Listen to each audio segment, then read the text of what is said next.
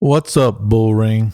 Today is the last day of major earnings.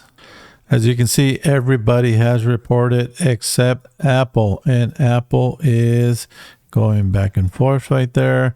Let's see where they end up. Apple always reports right at 4:30, so that's what I waited for so we can check them out. Okay, the reason they do that is so that you can't monetize playing with SPY or QQQ. And you can see here we have Amazon that went down, we have Intel that went down, Coin is going down, Book Holdings is going down, DraftKings is going down. Now we do have Roku that surprised everybody, and they're going up. Okay, now we also have Melly, who's just been kicking ass. They're the Amazon Mercado Libre. Okay, they always kick butt. Okay, so today they filled the gap. They went down with the market, but they filled their gap. And you can see that the market is still not liking what's going on. Apple is going to try to save the day, and there you go. It's headed up, but is it going to stay up there? Okay. One of the suggestions I've given, guys, again, you play Amazon, you can play, where we at? Apple, not really Apple, but Amazon, you can play on SPY or QQQ. Okay, you buy your options 1 minute before the market closes. If you think it's going down, you buy your puts. Okay, you buy the same day. Cheap as heck, guys. I mean, talking about $50, $23. Okay, and you can make some money in here. So you can see Apple is struggling, staying up. They were at 223. Now they're coming back down. Okay, so what's going to go on with the market tomorrow? All right, so let's take a look at SPX, SPY, same thing, QQQ. They're all doing the same thing. They follow one stock, guys. If you haven't figured that out, it's not manipulation. It's organized activity. All right, so we did have a nice rally down. Okay, we found support 54.03. We came up, rejected, went across, went back down, and then we boomed with the earnings. And sure enough, we came back down. Guys, we're leaving a lot of gaps in here. And if you're a options trader on the daily, you should be killing it with some of these gaps. Okay, if you haven't been killing it, hit me up, guys. I'm going to get you this indicator, and I'm going to help you out with some courses so that you understand what's going on. So now we have a new bottom on SPX and SPY. Okay, we did close right around 54.46 area. Okay, but now we're going up and down because of earnings, so we'll see how we end up in the morning.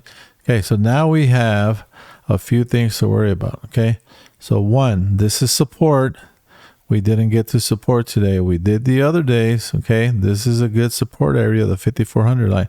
Now, these boxes that I have highlighted here, those are gaps. Okay, this is why the stock is getting bought up here, where all the Mag 7 is getting bought up. They don't want to go here. Okay, even though that's going to be a nice correction. Now, another thing you have is right here. This actual rejection zone just played out like a charm today. Okay, we were watching it on the 30-minute. We went under it and came back up, hit its head.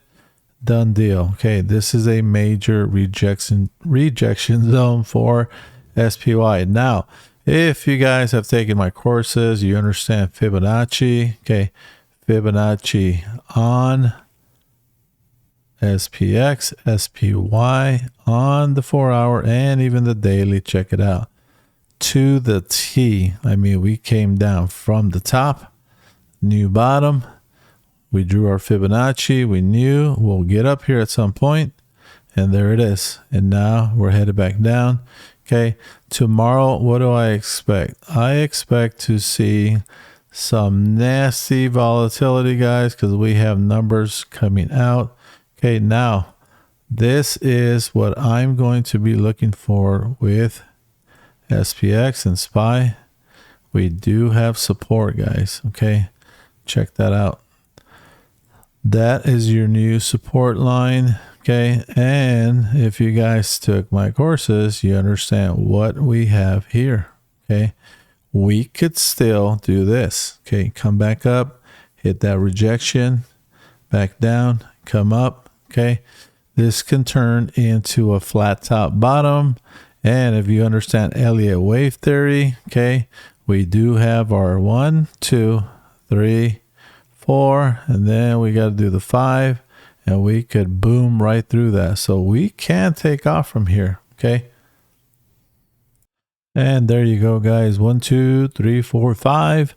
And I've drawn that out. And off of 5, we can go up. Okay. Now, how far up? There you go. Top of this wick, 55.64. If we get past 54.78, the market doesn't want to die. Now, traditionally, this is what happens in technical analysis, but you do have some major signs where Jerome Powell is not going to drop rates because he wants to see bigger jobless claims. He wants to see more people unemployed. And a lot of people think that he needs to cut rates now, and he's making a big mistake. I think he's making a big mistake because if more people get unemployed and he drops rates, the people that could afford the houses now or any bank loans don't have a job.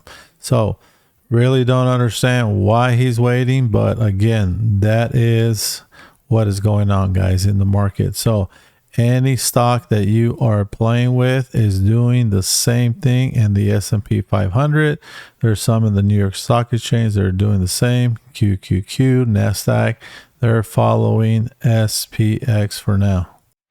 All right, one thing we need to focus on, guys, is NVDA. Okay, NVDA, if you know Fibonacci, because you took my courses, you know what I'm about to show you. Okay. So we had Fibonacci. Okay, we have a bottom, we have a top, and then now we came back and retraced to the golden zone. Will we continue back up? Okay, I'm not sure. I don't like this candle here. I don't like that close in the last 4 hours. You can see that the price was pushed down. We could see a small bump up here, and then a continuation down. Now, again, you saw SPX. This could happen with NVIDIA. NVIDIA would drive SPX up if it does take off, guys. Okay. But the challenge is going to be that it gets past this level here. So I think we're going to continue down. Now, one of the things that's notable is that NVIDIA is trying very hard. They're trying to get up there. Now, let's take a look at the bigger time frame so you guys understand what's really going on. And here is the bigger time frame, guys. Let's take a look at the weekly. Okay, we are at support, like I said, and you can see NVIDIA came down, and this is support here, guys. Okay, we can see a bounce, and then I believe NVIDIA is going to make its way down to the 76 area. Okay, and then we'll see some retracement, and this might take 4 to 5 weeks. Okay, and at some point, like a lot of people that chart, and I've been around some very good chart masters.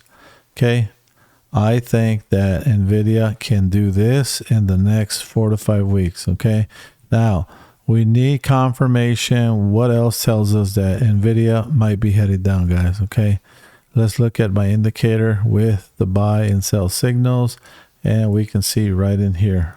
Okay, we got a sell signal, and we got ways to go down to here. Okay, check it out. Okay, NVIDIA has fallen that far down. You can see on that sell signal, it came right down to that line, and here it is again. It's done it one time and it bounced, and it did it again, it bounced, and then this time we are past that buy signal.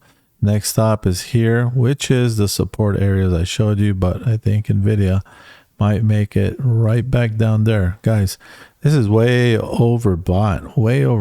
And then you take a look at the RSI. Check that out. Okay, I mean, charts don't lie. Look at that. Okay, it came down. It got way up there. It came down. Try to get back up there again. Then went back up. It's going down. Okay, midline is here. Okay, it's about the same area on the next support, and then we have the bottom there, which I think it'll make it. It's gonna take a few weeks, guys, because these are weekly candles. Okay, so if you are a big NVIDIA fan, okay, if it was me, I would be selling the 75 put. Okay, I would be selling the 43 or 45 put.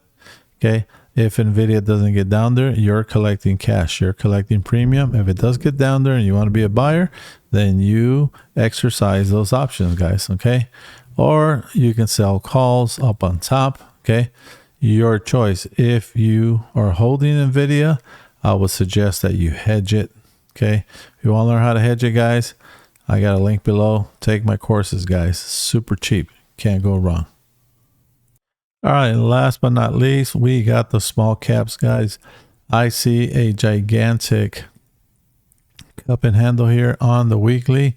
Okay, we already fulfilled the first target, which was the implied move from the handle, and we got past it. We did hit our heads here at previous resistance, okay? And now we went past it, but now we came back down. So how far down will the small caps go? Well, I'm glad you asked that question. We can throw a fib on it, guys, okay? We're going to look at the impulsive wave first, which was at the bottom.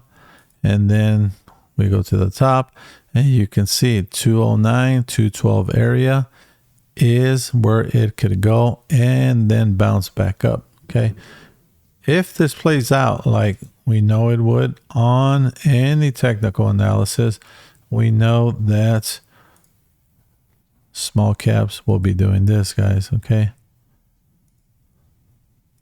and then they'll challenge that line again.